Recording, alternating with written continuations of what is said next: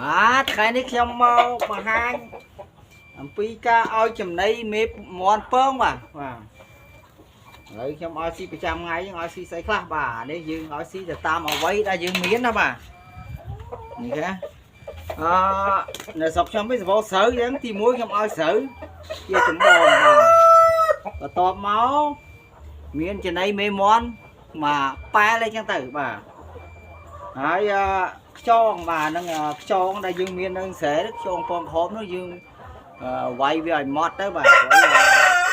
ពងខ្យងនេះវាខ្យងនេះវាជំនួយដល់ឆ្អឹងដល់សបពងវាបាទអញ្ចឹងខ្ញុំវាយខ្យងឲ្យវាម៉ត់ទៅបាទបើយើងអត់មានម៉ាស៊ីនយើងវាយវាទៅបើមានម៉ាស៊ីនក៏ដាក់ម៉ាស៊ីនទៅអានេះខ្ញុំបង្ហាញដោយសារគ្នាយើងអត់មានម៉ាស៊ីននេះខ្ញុំបង្ហាញបែបហ្នឹងទៅបាទហើយចំណែកខាងនេះគឺជាតកួនយើងហាន់វាឲ្យម៉ត់ទៅបាទតកួនបាទបើមានជក់សាឡាអញ្ចឹងទី1បញ្ជាក់ម្ដងទៀតទី1ស្រូវទី2ចំណីមេមាន់ពងថែមវាមកប៉ែមកទី3ខ្យងដែលយើងវាយឲ្យល្អិតបាទហើយទី4បន្លែបាទនិងមួយមុខទៀតគឺពោតក្រហមពោតក្រហមគឺយើងលាយវាដែរដើម្បីឲ្យសាច់វាក្រហមល្អអញ្ចឹងណាបាទហ្នឹងហើយហើយខ្ញុំដើមនិយាយឲ្យវាស៊ីបាទហ្នឹងលក្ខណៈសាមញ្ញសម្រាប់អ្នកខ្វះខាតអត់មានម៉ាស៊ីនមានអីយើងធ្វើតែប៉ុណ្្នឹងទៅបានណាបាទធ្វើបែបដៃចឹងទៅបើយើងអត់មានឧបករណ៍ទៅមើលបើថាយើងវាអានោះទៅអាចចាំវាបានហើយធ្វើការងារនេះបានដូចគ្នាបាទណាបាទវាបាយចឹងទៅបាទហើយដាក់ឲ្យស៊ីទៅបាទ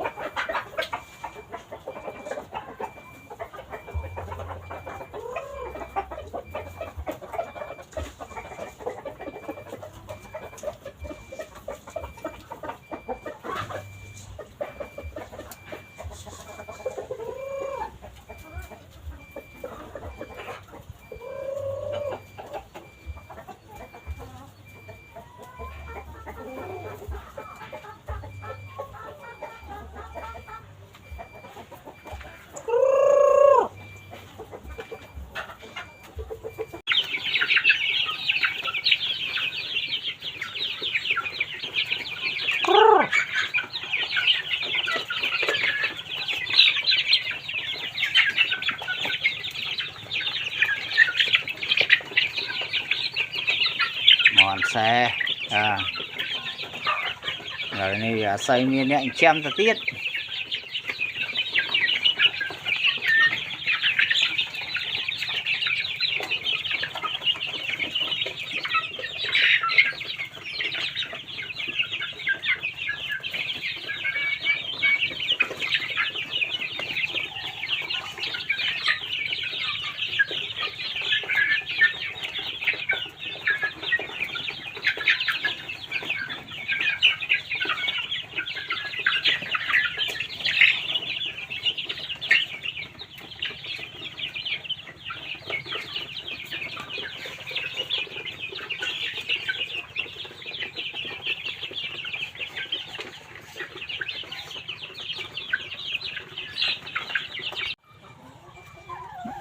អូ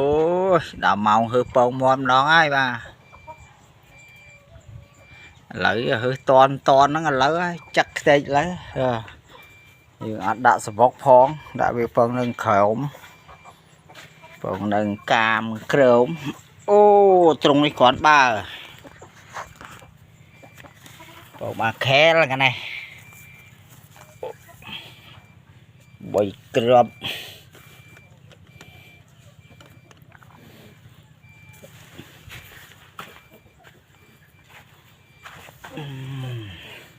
anh này pì tiết